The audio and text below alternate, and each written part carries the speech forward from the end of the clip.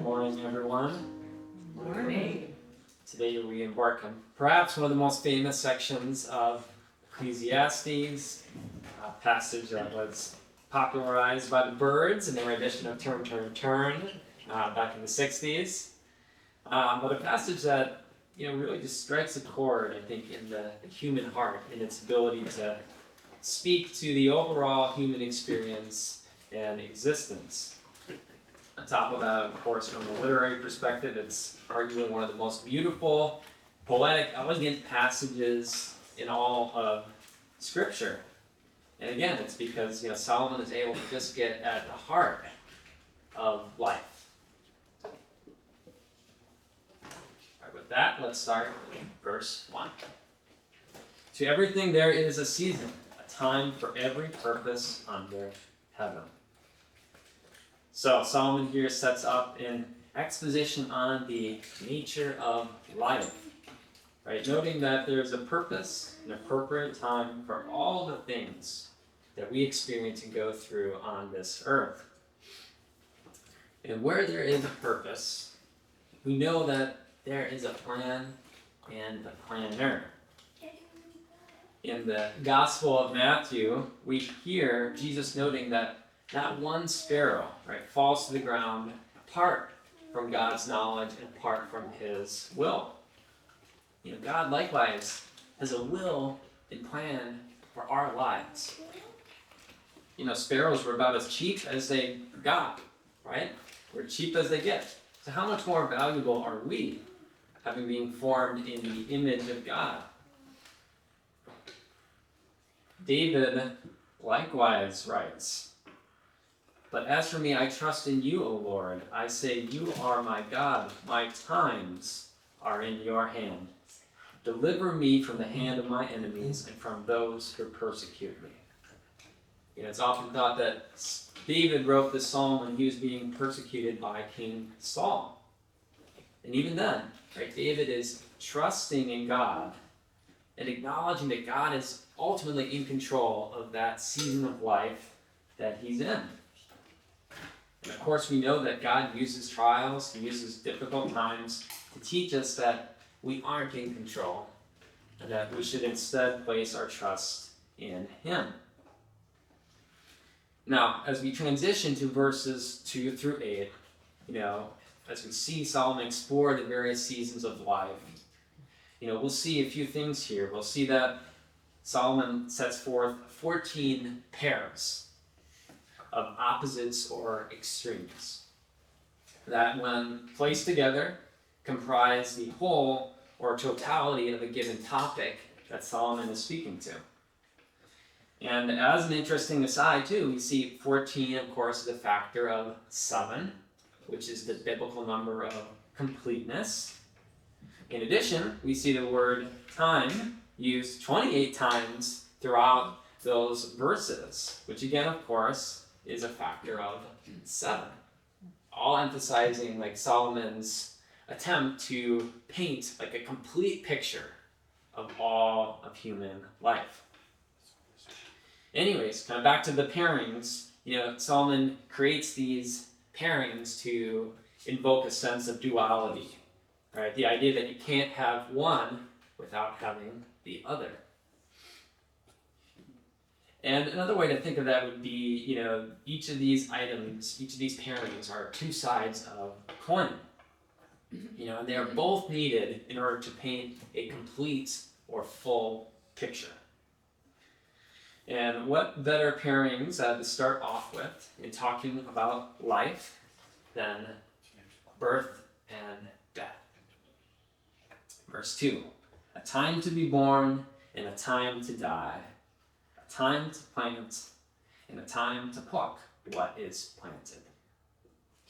So it's often said, right, the two appointments in life you can't miss: birth and death. And of course, these things are natural parts of life under the sun in a fallen world. And we all live through seasons of, right, the births of loved ones and the deaths of loved ones. But the main idea here that we should keep in mind is that God governs all stages of life. And there's a time for everyone to be born and a time for everyone to die. As we read in Job, God has determined the span of each of our lives. Right? Our days are determined. The months are with God. Right? He has appointed the limits, right, of our lifetime. It's for this reason that Luther aptly states, "Why then do we fear death? You cannot live any longer than the Lord has prescribed, nor die any sooner." On top of that, as believers, we also have no fear of death because Christ has conquered death. And as you think about this too, we've all seen miraculous cases where someone survived an illness, an accident, a car crash, something that they shouldn't have survived, right? There's no explanation. How did this individual survive? How was this individual cured of that disease? Right? That, Luther attributes, is to the work of God, right? It wasn't their time yet. Right? God needed them around a little bit longer to serve another purpose. On the flip side, we've also seen freak, unexpected accidents that take somebody's life.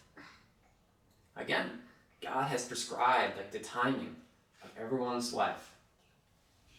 And as we'll discuss later, we won't and we can't always understand the big picture. We can't always understand the plan when it comes to these things. But we can rest in knowing that God's plan will be done and carried out precisely as He's ordered it.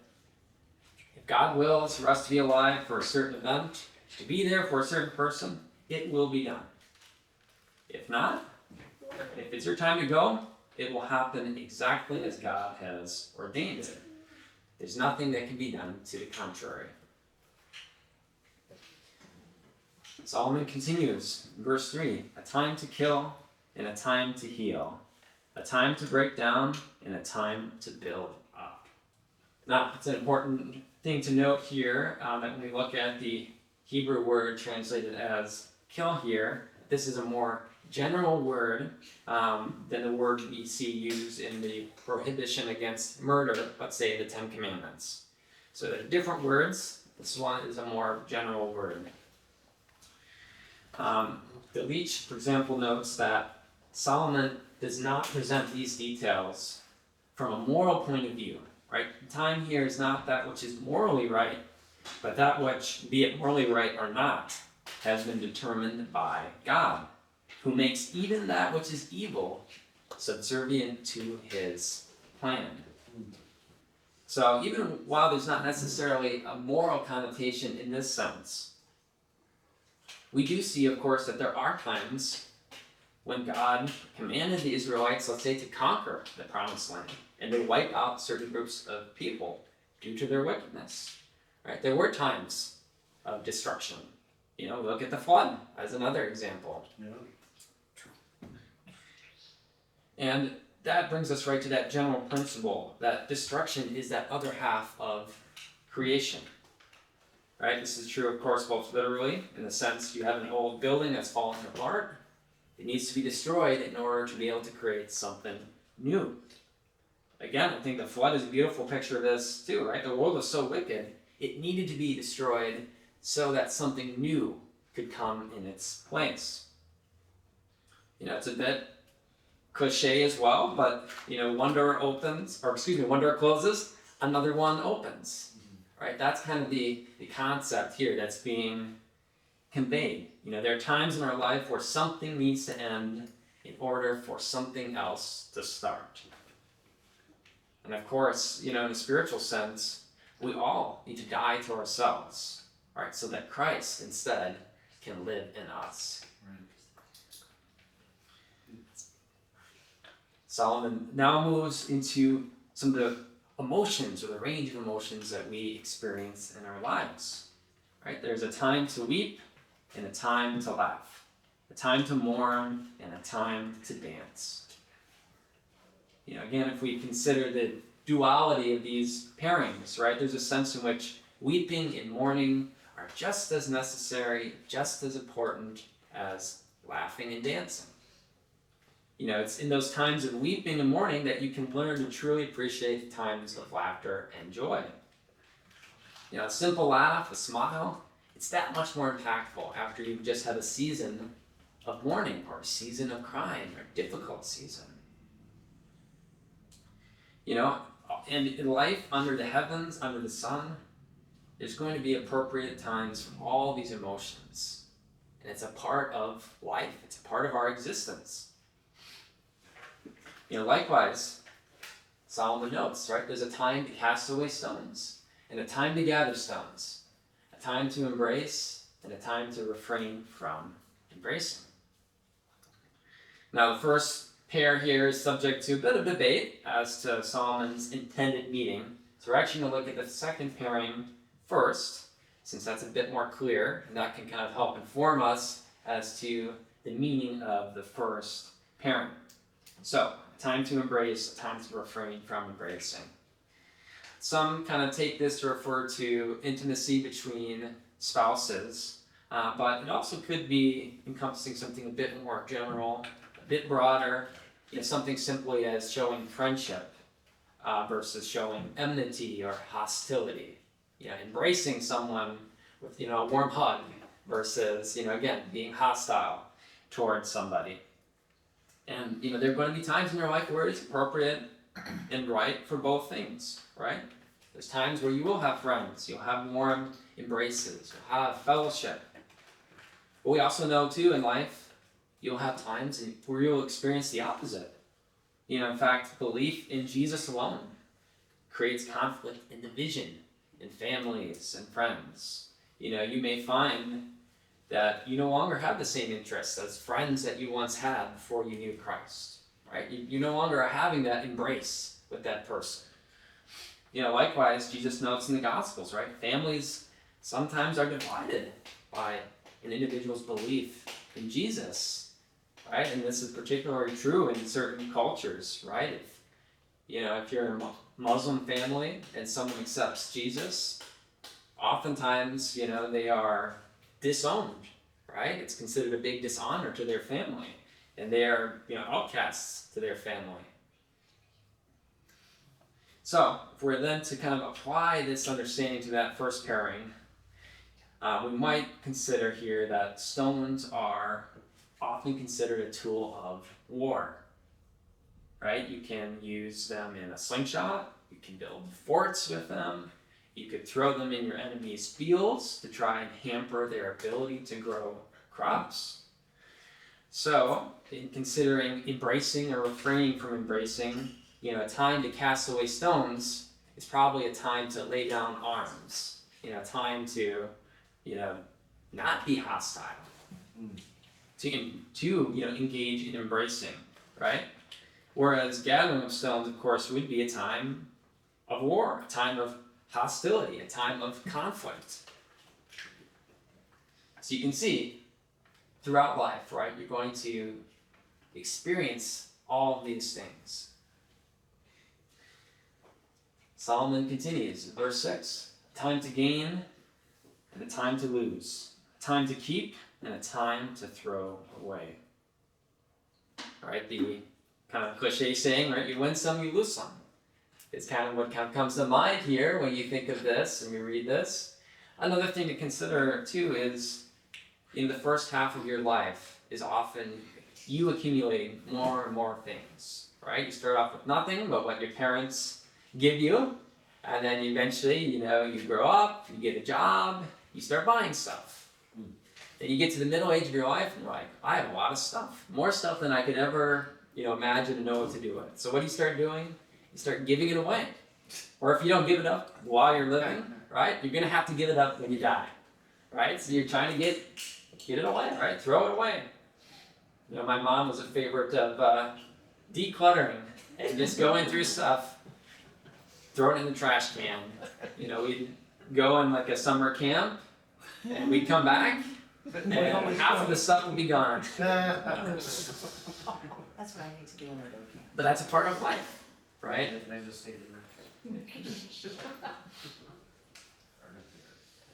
Solomon continues, a time to tear and a time to settle, a time to keep silence and a time to speak.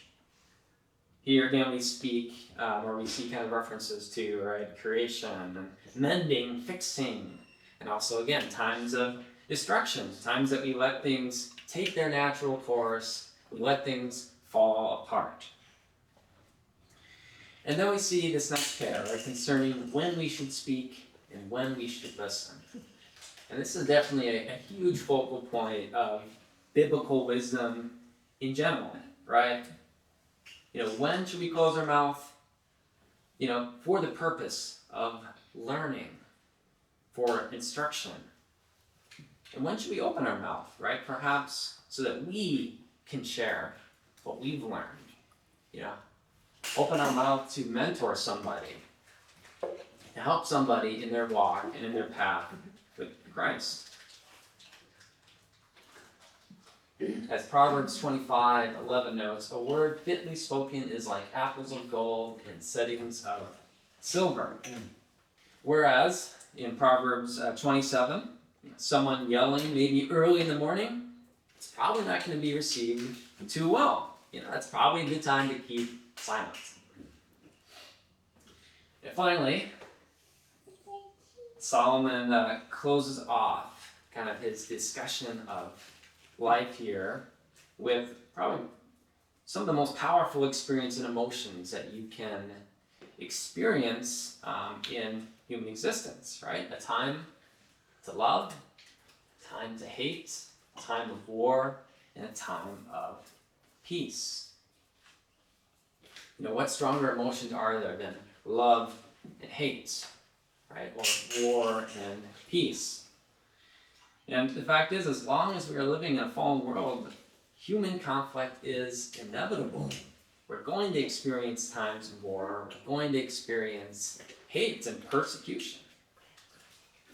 But the opposite, of course, is also true. We will experience times of love and peace. And again, how much more do we appreciate those times of peace, right? Those times of love after having experienced, right, hatred or persecution or war. I mean, just think of like World War II vets, just how grateful they were to not be fighting anymore, right? Once peace, anytime you see like peace treaties made, usually soldiers, countries are celebrating, right? It's a big thing. And how little do we appreciate peace, right, for those of us who haven't experienced, war or wartime. And again, if we back up too, right, we circle back to the beginning, right, to everything there is a purpose and season. God can use even things such as war and hatred as part of his purpose. Our suffering will never be without purpose. The way a believer responds to persecution, towards hatred, those can serve as opportunities to witness and to bring others to Christ. When people see, right, humility and forgiveness being acted out, that sometimes is kind of incomprehensible to an outsider. Like, what? How is it that you can keep forgiving this person? How is it that you can have this peace in your heart when you're undergoing this trial? It can make people, it can stir something up in them, make them ask questions. Why is it that you're different? You're not acting like everybody else does. All of these things are, again, they're all opportunities that God can do to work in us to bring glory to his name. Now, having gone through each of the pairs, if we just step back and consider again that first verse, right? To everything there is a season, a time for every purpose under heaven. I think there are a few things that we can take away from what Solomon has written here. One is that God is in control. If we look at Jesus, for instance, he came into this world as man at just the right time. In Galatians 4 we read, "But when the fullness of the time had come, God sent forth his Son, born of a woman, born under the law, to redeem those who were under the law, that we might receive the adoption as sons." Jesus likewise wasn't going to be crucified until the determined time. In John 7:30 we read, "Therefore they sought to take him, but no one laid a hand on him, because his hour had not yet come. Or in Romans, we read that Jesus died at just the right time for our sins. For when we were still without strength, in due time, Christ died for the ungodly. And the NKJV has a translation note that says, in due time is literally at the right time. And when did Jesus rise from the dead? Right? The third day. At exactly the time that he said he would. Right? He warned his disciples, right? I'm going to be going through this. I will be killed. But I will be raised on the third day. Again, exactly at the time that God prescribed it. To quote Gandalf from The Lord of the Rings, right? A wizard is never late, nor is he early. He arrives precisely when he needs to. Right? And that's God, right? Everything happens exactly as he has ordained it. Nothing can go contrary to what God has planned. Right? And that kind of leads to the second takeaway, right? And that's that we need to wait for and trust in God's plan and his timing. Right? In Acts 1 we read that it's not for us to know times or seasons. Those are things that are left up to God. As we read in Psalms, right? If those things are in God's hands, if they're not for us to know, right? The proper response for us is to trust in God and trust in his plan. God has built a natural order into creation. Rather than fighting against the natural cycles of life, trust and wait upon the Lord. Right? Understanding that life on this earth will ebb and flow, and there are certain things that we do not have the power to change. And you can't force God to do something sooner or later than his plan prescribes. The right response, therefore, as Isaiah says, is to wait on the Lord. Right? And those who wait on the Lord will see their strength renewed, right? They will run and not be weary. You will walk and not faint. If you're trying to force something to happen that's not a part of God's plan, you're going to be weary. You're going to get tired because you're trying to force something that's outside of what God has planned. Once we learn to wait on God's timing, to trust in his plan, that is kind of what enables us to then do this third takeaway, right? That enables us to make the best of the season of life that you're in. As Solomon noted last chapter, and we'll reiterate this chapter, we should be joyful. We should enjoy the gifts that we're given by God in this life. Eat, drink, and be merry. Enjoy the fruit of your labor. As we saw with the pairings, each season of life comes with both joys and difficulties. Take, for example, parents with a newborn child. Right? On one hand, you're up half the night. The baby's crying all the time. They rely on you for everything. On the other hand, right? How much more precious does it get than holding, your newborn in your arms and having them fall asleep? How precious is it seeing them smile, right? Hearing their first laugh, right? These are incredible blessings. So rather than dwell on the negative things that you might be experiencing during a particular season of life, enjoy the blessings that come with each season of life. Right? Cherish the season that you're in and enjoy the blessings and good things that God is giving you during that season. There's no doubt, right, that some seasons of life are harder than others and some are extraordinarily difficult. Right? But even in those tough seasons, God is providing blessings and things to be grateful for. Don't miss out on the blessings that God is giving you by focusing in on the negatives. Because each season of life is beautiful in its own way, and it serves a greater purpose in our life. Solomon continues, verse 9. What profit has the worker from that in which he labors? I have seen the God-given task with which the sons of men are to be occupied. He has made everything beautiful in its time. Also, he has put eternity in their hearts, except that no one can find out the work that God does from beginning to end. Now, Solomon, per his usual, packs just a lot of stuff, sometimes in just a few short verses. The first piece here now concerning profit from which the worker has, that's one that we talked about a little bit before. So we won't spend too much time on it. But put simply, right, apart from God, there is no lasting gain from our work.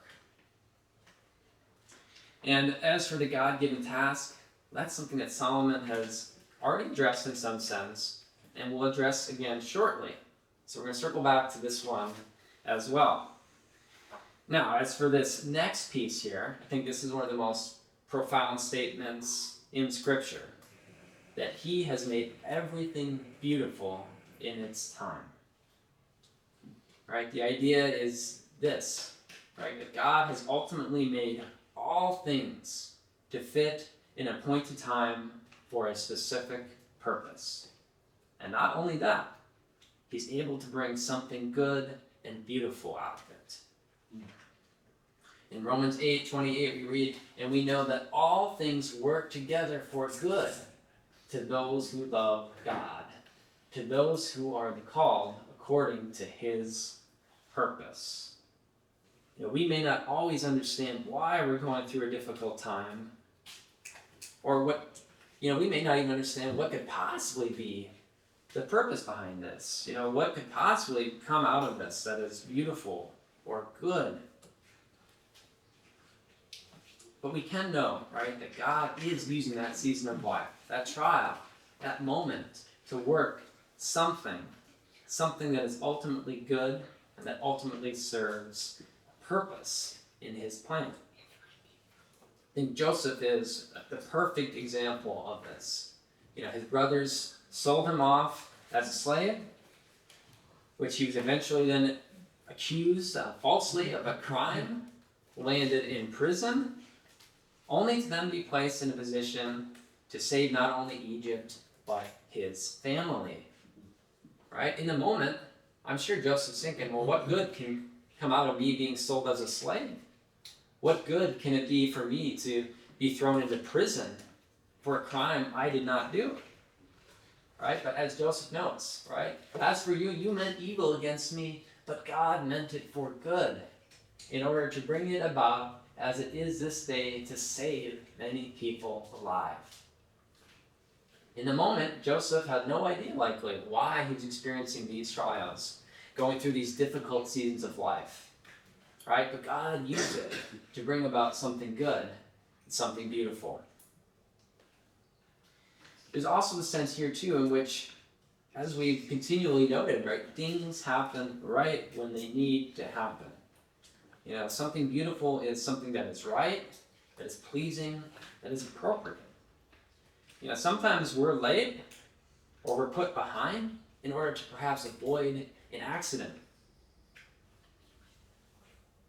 One story I read was some students from Wheaton College who had slow service for breakfast. So they were really upset. They were in London and they wanted to be touring London. Well, they finally, got through their slow service at breakfast. They proceed to the subway, only to find out that they had just escaped a bombing. You never know, right, why things are happening. And again, sometimes we find out in this life, oh, I see why God put a delay in my travel plans, or I see why God put this person in my life, or he put this difficult situation in my life. Sometimes we won't find out in this life. And we'll have to wait, until we meet God in glory. But what we can be sure is that everything that is done is not done sooner or later than God intended it. And it all connects, right, to the whole of God's work and the whole of God's plan. The next thing we read here is that God has put eternity in our hearts. Right, we have this desire to understand our place in the world, our place in the universe. This desire that cannot be satisfied, right, by the things of this world. C.S. Lewis said, "If I find in myself a desire which no experience in this world can satisfy, the most probable explanation is that I was made for another world. If none of my earthly pleasures satisfy it, that does not prove that the universe is a fraud. Probably earthly pleasures were not meant to satisfy it, but only to arouse it, to suggest the real thing." Leach also succinctly notes, right, that he being God, has established in man an impulse leading him beyond that which is temporal toward the eternal. I don't have it up here today, but as we've had in previous chapters, right, Augustine saying, right, he has formed us in our image, or in his image, and we are restless until we find our rest in him. Right? Our hearts long for something that this world cannot offer. A peace and a rest that can only be provided through Christ. And Solomon goes on to note that, right, he has put eternity in our hearts, except that no one can find out the work that God does from beginning to end. And this is the sense, of course, in which that we won't know, we can't understand the full picture of our life. As we've kind of already indicated, we don't know why everything happens to us. We don't know why we experience the things that we experience. And so many things, right? We just have to wait. We have to wait and trust. And know that we will understand them better, right? Either in this lifetime or in the lifetime to come. And there's also the sense, of course, as the prior C.S. Lewis quote noted, right, that these things, right, the things that do seem to give us fulfillment, right, they're pictures of a more complete fulfillment that we will get in heaven. C.S. Lewis further notes, most people, if they had really learned to look into their own hearts, would know that what they do want, and want acutely, is something that cannot be had in this world. There are all sorts of things in this world that offer to give it to you, but they never quite keep their promise. The longings which arise in us when we first fall in love, or first think of some foreign country, or first take up some subject that excites us, are longing which no marriage, no travel, no learning can really satisfy. There was something we grasp at in that first moment of longing, which just fades away into reality. Life under the sun can never provide us that complete fulfillment, right? We can never obtain. We get hints at it, but we won't receive it, right? We can get tastes of it in a new song you hear and looking out, right? Nature. But we won't get that complete fulfillment until we are with God ultimately in glory, right? Until new heavens and earth are made. Solomon now then moves to that God-given task. While we're on earth, what is the God-given task? I know that nothing is better for them than to rejoice and to do good in their lives, and also that every man should eat and drink and enjoy the good of all his labor. It is the gift of God. This is our task that's set before us, right? To do good in our lives and enjoy the gifts that God gives us. Whatever it may be, whatever task that God has put in front of you, whatever season of life you're in, do it with a grateful and joyous heart and strive to do it to the best of your ability. And remember, right, all these things are a gift from God. Right? As James notes, every good gift, every perfect gift is from above. It comes down from the Father of lights, with whom there is no variation or shadow of turning. And that is a fitting transition for 14. Right? I know that whatever God does, it shall be forever. Nothing can be added to it, and nothing taken from it. God does it that men should fear before him. And this passage is so important because it stands in contrast to everything down under the sun. It contrasts the vanity of human works and human efforts with the works of God, which are lasting, enduring, and are complete. It's a reminder to acknowledge our own inadequacies, our own weakness, and again, place our hope and our trust in God. Luther said this is what it means to fear God. To have God in view, to know that he looks at all our works, and to acknowledge him as the author of all things. Solomon continues on the works of God, noting that which is has already been, and what is to be has already been. And God requires an account of what is past. So this is an interesting passage, right? There's a sense in which, because God has decreed an event from long before it has already happened, right? That event has already happened. God's decrees are certain. And there's also that sense, right, where life is a cycle, right? There's these seasons of life that come and go, right? So what we've seen before, we will see again in life. There's also an interesting piece here with this last passage, and God requires an account of what is past. So there's one sense, and this is how it's rendered in the NKJV, that God ultimately holds everybody accountable for their actions. Right? God requires an accounting, right? He requires justice for what has happened. And there'll be more on that here in the next passage. But there's another way to render this too. Some translations, such as the ESV and RSV, render this, and God seeks what has been driven away. And this is a little bit more ambiguous. It could be something like God is looking after or looking out for those who have been driven away, right, by the tiresome nature of the world, right, of the sinful world. Right? And God is seeking after the lost, right? Those that have been driven away. In either case, right, we see God's ways are often a mystery to us. But we know, right, his ways are enduring. And again, they serve an ultimate purpose that is good. Finally, we conclude with verse 16. Moreover, I saw under the sun, in the place of judgment, wickedness was there, and in the place of righteousness, iniquity was there. I said in my heart, God shall judge the righteous and the wicked. For there is a time there for every purpose and for every work. So Solomon here is wrestling with the nature of justice in a sinful, fallen world.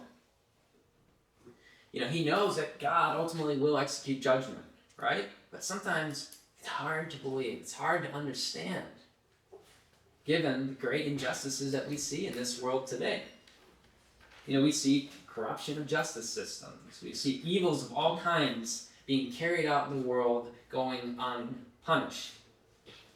How can God be sovereign in a world with such evil? That's the ultimate question that plagues so many people. And it's something that Solomon was wrestling with here. But he reminds us, right? There will be a time for every matter. And just as there is a time for every matter, one of those matters is a time for every deed to be judged in God's presence. In Acts 17 we read, He has appointed a day in which he will judge the world in righteousness by the man whom he has ordained. And we know in Revelation, right, God will set everything right, creating the new earth, the new heavens. Every week, God will wipe away every tear from their eyes. There shall be no more death, nor sorrow, nor crying. There shall be no more pain, for the former things have passed away. It's hard in that moment sometimes. We're experiencing injustice. We're experiencing a trial. And it's like, how can this be going on? How is it that God is in control? Right? And it's in those times, in that gospel passage, right? I believe, Lord, help me in my unbelief. Right? You have to go back to the Word, back to His promise, knowing that everything at some point will be set right by God. Whether it be in this world or the world to come, God will make all things right. And we need to not rush God. We need to leave it to Him, to His timing, and to His plan. With that, let's close in prayer. Lord, we thank you that you just give us so many things in this world that we can be grateful for, whether it be our families, whether it be simple things even like food and drink and shelter. We thank you that, Lord, you provide for every need. We thank you that you are there for us to help us through each season of our life. And we pray that you help each of us not to dwell on difficult parts of whatever season we're in, but help us instead to enjoy the moments, enjoy the season of life that we're in, enjoy the blessings that you're giving us. Help us to trust in you when we're going through these difficult times, to know that you will make everything right, to know that you work through all things, to further your goal, to further your will and your plan for our lives. Pray that you just help us trust you and wait on your timing. We ask these things in your Son, Jesus' name. Amen.